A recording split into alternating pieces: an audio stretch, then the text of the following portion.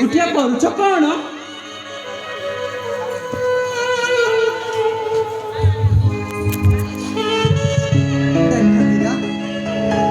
ସର୍ବପ୍ରଥମେ ମୋର ଭୂମିଷ୍ଠ ପ୍ରଣାମ ଗ୍ରହଣ କରନ୍ତୁ ପ୍ରିୟ। ଆପଣ ଯଦି ଠିକ୍ ସମୟରେ ନ ଆସିଥିଲେ ସେ ରାକ୍ଷସ ମୋ ସତୀତ୍ୱ ପଣିକୁ ନଷ୍ଟ କରିଦେଇଥାନ୍ତା। ଆରେ ତମେ ସେମିତି କାଁ କହୁଛ? ଏହା ତ ମୋର କର୍ତ୍ତବ୍ୟ ମାତ୍ର। ମୁଁ କର୍ତ୍ତବ୍ୟ କରିଛି, ଆଉ କିଛି ନୁହେଁ। ହେଲେ ତମେ କିଏ? ତମକୁ ତ ମୁଁ ଏ କାନନରେ କେବେ ମଧ୍ୟ ଦେଖିନଥିଲି। ଆଜି ତମକୁ ମୁଁ ପ୍ରଥମ ଥର ପାଇଁ ଦେଖୁଛି। କିଏ ତମେ କହିପାରିବ କି? ତମ ପରିଚୟ ମୋତେ? ମୋ ପରିଚୟ? ଆରେ ହଁ, ତମ ପରିଚୟ ଦେବିନି କେମିତି? ଦରକାର ପଡ଼ିଲେ ଆପଣଙ୍କୁ ମୋ ଜୀବନ ବି ଦେବା ପାଇଁ ମୁଁ ରାଜି ଅଛି। କାହିଁକି ନା ସେ ରାକ୍ଷସ କବଳରୁ ମୋତେ ବଞ୍ଚେଇଛନ୍ତି, ସେଥିପାଇଁ। ଆରେ ନାଇଁ, ମୋତେ ଆଉ କିଛି ନୁହେଁ, ବାସ୍ ଖାଲି ତମର ପରିଚୟ ହିଁ ଦରକାର। ତାହେଲେ ପ୍ରିୟ, ମୋ ପରିଚୟ ଶୁଣି ରଖ, ମନ ଦେଇକି ଶୁଣିବ ହେଲା। ଆଲୋ କୁହ ତାହେଲେ ଶୁଣ ବୀର। କୁହ। ଶୁଣ ପରିଚୟ ମୋହର ରସରାଜ ଶେଖର।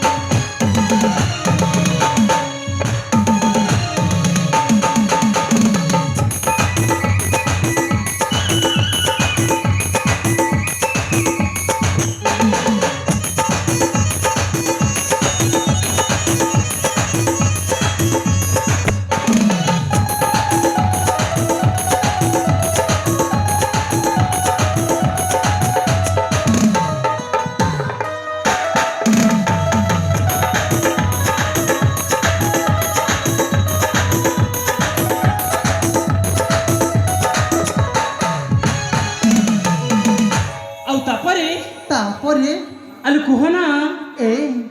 ତାପରେ ହଁ ତାପରେ ସଖୀ ଚାରି ଗେନି ମୁझे ଆସିଛି ଜାନି, ମତେ ଦେଖି ହଲୁଥିଲା ସେ ମୁଣ୍ଡ ଅଜ୍ଞାନୀ। ସଖୀ ଚାରି ଗେନି ମୁझे ଆସିଛି ଜାନି, ମତେ ଦେଖି ହଲୁଥିଲା ସେ ମୁଣ୍ଡ ଅଜ୍ଞାନୀ। ବୟସ ଏଇ କଣ ମୋ 16-17, ଏଇ ବୟସ ମତେ ଲାଗନି ଧାରା, ଏଇ ବୟସ ମତେ ଲାଗନି ଧାରା। ପିତା ଦିବ୍ୟ ସିଂହ ଚନ୍ଦ୍ର, ନାମ ଅର୍ଚ୍ଚନା ମୋହର। ପିତା ଦିବ୍ୟ ସିଂହ ଚନ୍ଦ୍ର, ଅର୍ଚ୍ଚନା ମୋହର।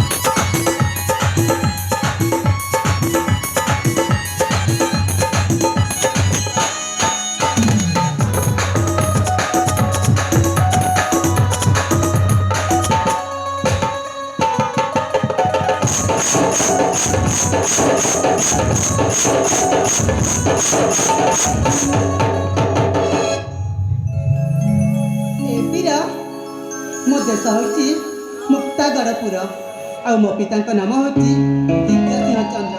ତାଙ୍କ ଅଳିଅଳ ଝିଅ ମୋ ନାମ ହେଉଛି ଅର୍ଚ୍ଚନା। ମୁଁ ନା ସଖୀ ସହଚରୀମାନଙ୍କ ସାଥିରେ ଫୁଲ ସଂଗ୍ରହ କରି ସେ ଶିବ ମନ୍ଦିରକୁ ପୂଜା କରିବା ପାଇଁ ଯାଇଥିଲି, ଆଉ ସେ ରାକ୍ଷସ ଆସି ମୋ ସତୀତ୍ୱପଣାକୁ ନଷ୍ଟ କରିଥିଲା, ଆଉ ଆପଣ ଆସି ମୋ ଜୀବନ ବଞ୍ଚେଇଲେ। ଏତିକି ମୋ ପରିଚୟ। ଓ ନାଟା ତାହେଲେ ଅର୍ଚ୍ଚନା? ହଁ ବୀର। ଆରେ ତମ ନାମ ଯେମିତି ତମ ରୂପ ମଧ୍ୟ ଠିକ୍ ସେମିତି। ତମେ ନା ଦେଖିବାକୁ ବହୁତ ସୁନ୍ଦର। ତମେ ସତ କହୁଛ? ଆରେ ହଁ, ତାମାନେ ତମେ ହେଲେ ଗୋଟେ ରାଜକନ୍ୟା। ହଁ ବୀର, ମୁଁ ହେଉଛି ଗୋଟେ ରାଜକନ୍ୟା। ହେଲେ ଶୁଣ, ତମେ ତ ଗୋଟେ ରାଜପୁଅ ବୋଲି ଦେଖାଯାଉଛ, ହେଲେ ତମେ ଆଜି ମୋ ଜୀବନ ବଞ୍ଚାଇଲ। ତମେ କିଏ, କୋଉଠୁ ଆସିଥିଲ, ହେଲେ ତମ ପରିଚୟ ଦେବନି କି? ଯେମିତି ଯେମିତି ତମ ପରିଚୟ ମୁଁ ମାଗିଲି, ଠିକ ସେମିତି ତମେ ମୋ ପରିଚୟ ମତେ ପଚାରୁଛ। ହଁ ବୀର। ଆରେ ଠିକ ଅଛି, ଯେତେବେଳେ ତମେ ତମ ପରିଚୟ ମତେ ଦେଲ, ମୁଁ ମଧ୍ୟ ମୋ ପରିଚୟ ତମକୁ ଦେବି। ଠିକ ଅଛି ବୀର। ଦେଖ ଅର୍ଚ୍ଚନା, ମୋ ପାଖରେ ସମୟ କମ ତ, ସେଇଥିପାଇଁ ମୁଁ ତୁମକୁ ସଂକ୍ଷେପରେ କହିଦଉଛି। ହଁ ହଁ, ଶୀଘ୍ର ଶୀଘ୍ର କୁହ ବୀର, ମତେ ନା ଡେରି କରୁଛି। ଶୁଣ ତାହେଲେ ମୋ ପରିଚୟ। ଆରେ ହଁ ମୋ ନାଁ ହେଉଛି ଚନ୍ଦନ, ଆଉ ଏଇ ସୁବର୍ଣ୍ଣପୁର ରାଜ୍ୟରେ ମୋ ଘର। ସୁବର୍ଣ୍ଣପୁରରେ ତମରି ଘର? ଆରେ ହଁ, ଆଉ ଜାତିରେ ହେଲି ମୁଁ ଗୋଟେ ବ୍ରାହ୍ମଣ ପୁଅ। ମୋ ପିତାଙ୍କ ନାମ ହେଉଛି ନାରାୟଣ ଦାସ, ଆଉ ମୋ ମାଙ୍କ ନାମ ହେଉଛି ମାଳତୀ ଦେବୀ। ଏହା ହିଁ ମୋ ପରିଚୟ। ଆରେ ମୁଁ ଦେଖାଯାଉଛି ସିନା ଗୋଟେ ରାଜପୁତ୍ର ବୋଲି, ମୋ ମା ମତେ ପିଲାଟେ ଦିନରୁ କେତେ ଯତ୍ନରେ ପାଳି ପୋଷି ବଡ଼ କରିଛନ୍ତି। ସିଏ ମୋର କିଛି ଜିନିଷରେ ମଧ୍ୟ ଉଣା କରିନାହାନ୍ତି। ଏଇ ଦେଖ ନା, ମୁଁ ଜଣେ ବ୍ରାହ୍ମଣ ପୁଅ ହେଇ ମଧ୍ୟ ମତେ ସେ କେମିତି ରାଜପୁତ୍ର ବୋଲି ବସ୍ତ୍ର ପିନ୍ଧେଇଛନ୍ତି। ହେଲା, ଶୁଣିଲା ତ ମୋ ପରିଚୟ, ମୁଁ ହେଉଛି ଜଣେ ବ୍ରାହ୍ମଣ ପୁଅ। ସତରେ ବୀର, ତମେ ବି ନା ଦେଖିବାକୁ ବହୁତ ସୁନ୍ଦର ଦେଖାଯାଉଛ, ଆଉ ତମ ନାଁ ବି ବହୁତ ସୁନ୍ଦର ହେଇଛି। ସତରେ ହଁ ହେଲା ଅର୍ଚ୍ଚନା, ଦେଖ ସନ୍ଧ୍ୟାଟା ଢଳି ଢଳି ରାତି ହବାକୁ ବସିଲାଣି। ଏ ଅରଣ୍ୟ ହେଉଛି ବହୁତ ଭୟଙ୍କର। ସେଥିପାଇଁ ମୁଁ କ'ଣ କହୁଥିଲି କି, କଣ ଏବେ ତମେ ତମ ଘରକୁ ଫେରିଯାଅ, ମୁଁ ମଧ୍ୟ ଫେରି ଯାଉଛି ମୋରି ଘରକୁ। ହେଲା ଅର୍ଚ୍ଚନା, ବହୁତ ଖୁସି ଲାଗିଲା ତମ ସହିତ ଦେଖା ହେଇକି। ଏଥର ମୁଁ ଆସୁଛି, ମୋତେ ବିଦାୟ ଦିଅ। ଏ ଟିକେ ଶୁଣିବ କି?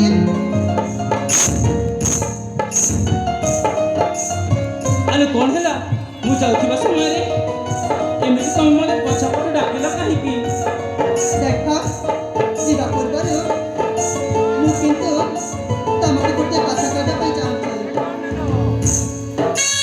ଆରେ କି କଥା କୁହ ନା। ଏ ମନ ଦେଇକି ଶୁଣିବ ତ? ଆରେ ମୁଁ ମନ ଦେଇକି ଶୁଣୁଛି। ହେଲେ ଖରାପ ଭାବିବନି ତ? ଆରେ ନାଇଁ ନାଇଁ, ଯଦି ଭଲ କଥା କହିବ ତାହେଲେ କାହିଁକି ତମକୁ ଭୁଲ ବୁଝିବି, ଆଉ ଯଦି ଭୁଲ କଥା କହିବ ନିଶ୍ଚୟ ଭୁଲ ବୁଝିବି। ଏ ବୀର, ତାହେଲେ ଶୁଣ। ଏ ତମେ ଯେତେବେଳେ ସେ ରାକ୍ଷସ କବଳରୁ ମତେ ବଞ୍ଚେଇଲ ନା, ଏ ମା, ତମର ଏଇ ବୀର ପଣିଆ এই সুন্দর চেহারাকে দেখি ମୁଁ ତୁମକୁ ମନେ ମନେ ମୋ ହୃଦୟରେ ଜାଗା ଦେଇ ସାରିଛି। କ'ଣ କହିଲ ତମେ ତମ ହୃଦୟରେ ମୋତେ ଜାଗା ଦେଇଛ? ଏମା ଏତିକି ବି ବୁଝିପାରିନ? ଆରେ ତମକୁ କ'ଣ ଆଉ କୋଉଠି ଜାଗା ମିଳିଲାନି ଯେ ତମ ହୃଦୟରେ ମୋତେ ଜାଗା ଦେଇଛ? ସତରେ ତମେ ପାଗଳ ହେଇଯାଇଛ, ଗୋଟେ ଝିଅଙ୍କ ମନ କଥା କିଛି ବି ବୁଝିପାରୁନା। ଏ ଚନ୍ଦନ ବାବୁ, ମୁଁ ନା ତୁମକୁ ବହୁତ ଭଲ ପାଉଛି। ଆରେ ଇଏ କ'ଣ କହୁଛ? ତମେ କ'ଣ ମୋତେ ଆଗରୁ ଜାଣିଥିଲ ନା ମୁଁ ତୁମକୁ ଆଗରୁ ଜାଣିଥିଲି ଯେ ସିଧା ସିଧା କହିଦେଉଛ ମୁଁ ତୁମକୁ ଭଲ ପାଏ ବୋଲି? ଆରେ ହଁ, ସେମିତି ହେଇପାରିବନି, ମୁଁ ତୁମକୁ ଭଲ ପାଇନି। ଦୟାକରି ତମେ ଏଠୁ ଚାଲିଯାଅ। ଦେଖ, ମୁଁ ତୁମକୁ ଭଲ ପାଉଛି ମାନେ ଭଲ ପାଉଛି। ଆସ ମୋ ପାଖକୁ ଚାଲି ଆସ ବୀର, ମୋ ହାତରେ ହାତ ନେଇ ସେ ମୋ ହୃଦୟରେ ଲାଗିଯାଅ। ଆରେ ହଁ, ନାଇଁ ରେ ବାବା, ଦରକାର ନାହିଁ ତମ ଏଇ ଝିଅମାନଙ୍କ ପ୍ରେମ। ତମ ଝିଅମାନଙ୍କ ପ୍ରେମ ନା ମୁଁ ଅନେକ ଦେଖି ସାରିଛି। ପ୍ରଥମେ କହିବ ମୁଁ ତୁମକୁ ଭଲ ପାଉଛି, ତମ ପାଇଁ ଏୟା କରିଦେବି ସେୟା କରିଦେବି, ଜୀବନ ଦେଇଦେବି, ଆଉ ପଛେ ଗୋଟେ ପରପୁରୁଷ ଦେଖିଲେ ତା ପଛରେ ଗୋଡ଼େ ଚାଲିଯିବ। ଏଇ ଆମ ଝିଅ ପିଲାଙ୍କ ବିଷୟରେ କ'ଣ ଜାଣିଛ କହିଲ? ଗୋଟେ କଥା କହିବି ଶୁଣିବ? ଆଲୁ କୁହ ନା। ତାହେଲେ ଶୁଣ। ଏ ବୀର, ନାରୀଙ୍କୁ ଭାବନି ଅବଳା ଦୁର୍ବଳା, ନାରୀ ଆଖିର ଲୁହ କମାଣ। ନାରୀଙ୍କୁ ଭାବନି ଅବଳା ଦୁର୍ବଳା, ନାରୀ ଆଖିର ଲୁହ କମାଣ। ସୀତା ପାଇଁ ଦିନେ ରାବଣ ମରିଛି, ପୁରାଣରେ ଅଛି ପ୍ରମାଣ। ଜାଣିଛ ନା ବୀର, ଆମ ନାରୀମାନଙ୍କୁ କେବେ ବି ଏମିତି କହିବନି ହେଲା।